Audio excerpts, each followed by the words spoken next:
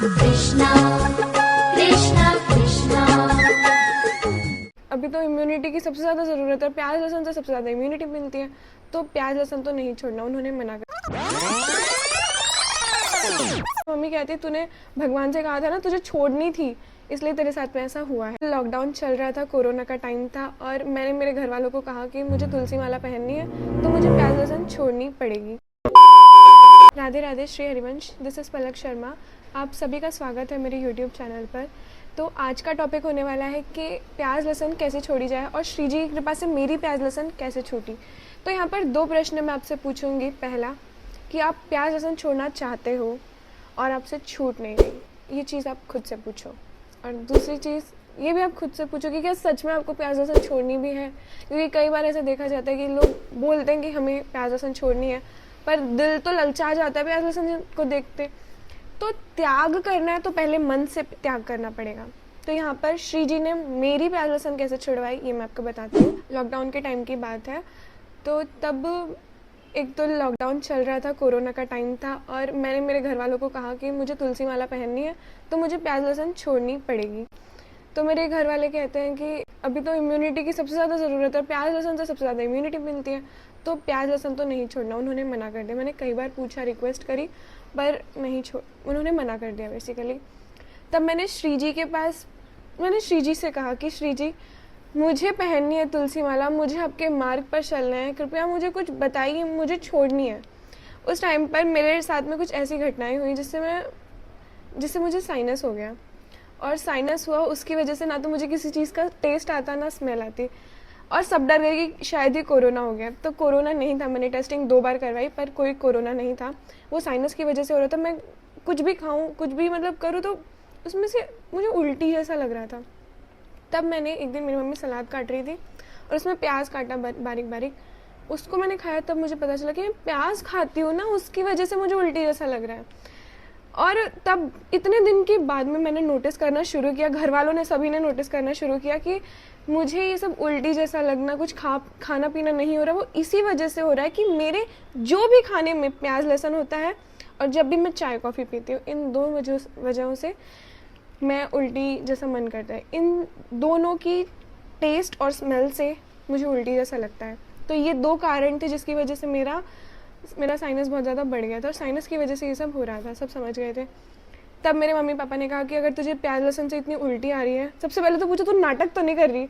मैं नाटक नहीं कर रही थी उस टाइम पर। तब उन्होंने कहा कि अगर तेरा प्याज लहसुन इतना ही तुझे दिक्कत दे रहा है तो तू छोड़ दे।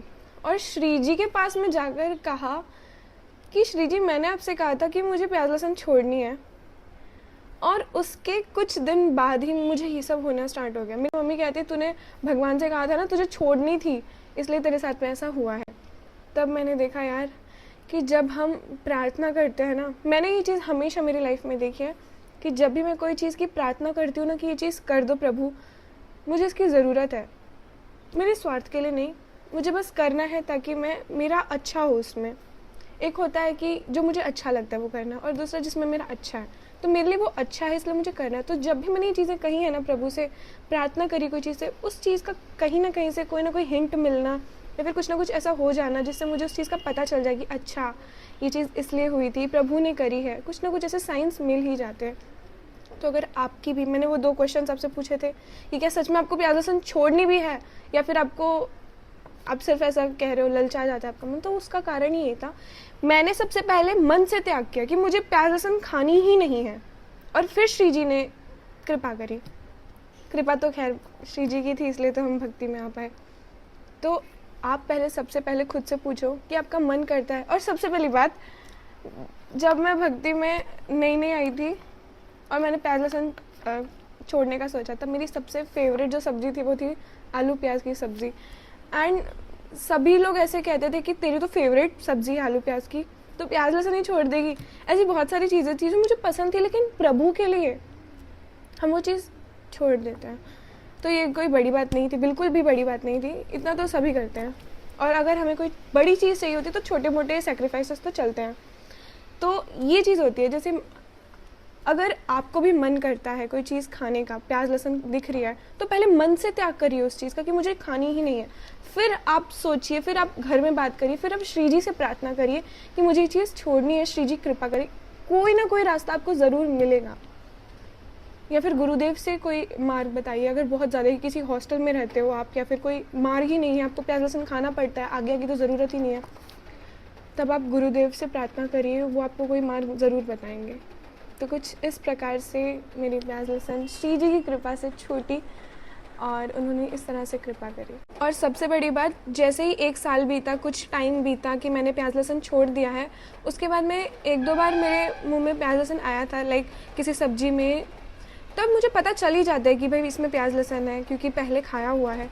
तब मुझे खुद ही मन नहीं करता प्याज लहसुन खाने का, क्योंकि मन से त्याग किया है। और दूसरी बात, तब मेरा साइनस भी जा चुका था। मैंने नोटिस किया कि अब मैं खाती हूँ तो मुझे उल्टी नहीं आती है, 1-2 बार गलती से आया है तो कुछ इस प्रकार से श्री जी ने कृपा करी कि उस ही टाइम पीरियड के लिए मुझे साइनस आया और फिर चला गया।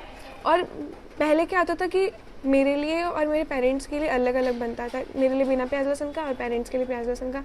धीरे धीरे उनका भी प्याज लहसुन छूट गया। अब सिर्फ कुछ ही चीज़ है जिनमें उनको प्याज लहसुन पसंद है और वो खाते हैं, बाकी किसी भी चीज़ में वो प्याज लहसुन नहीं खाते। तो मैंने अपने लिए मांगा था, सारे परिवार के लिए हो गया। तो श्री जी की कुछ इस प्रकार से कृपा बरसी है।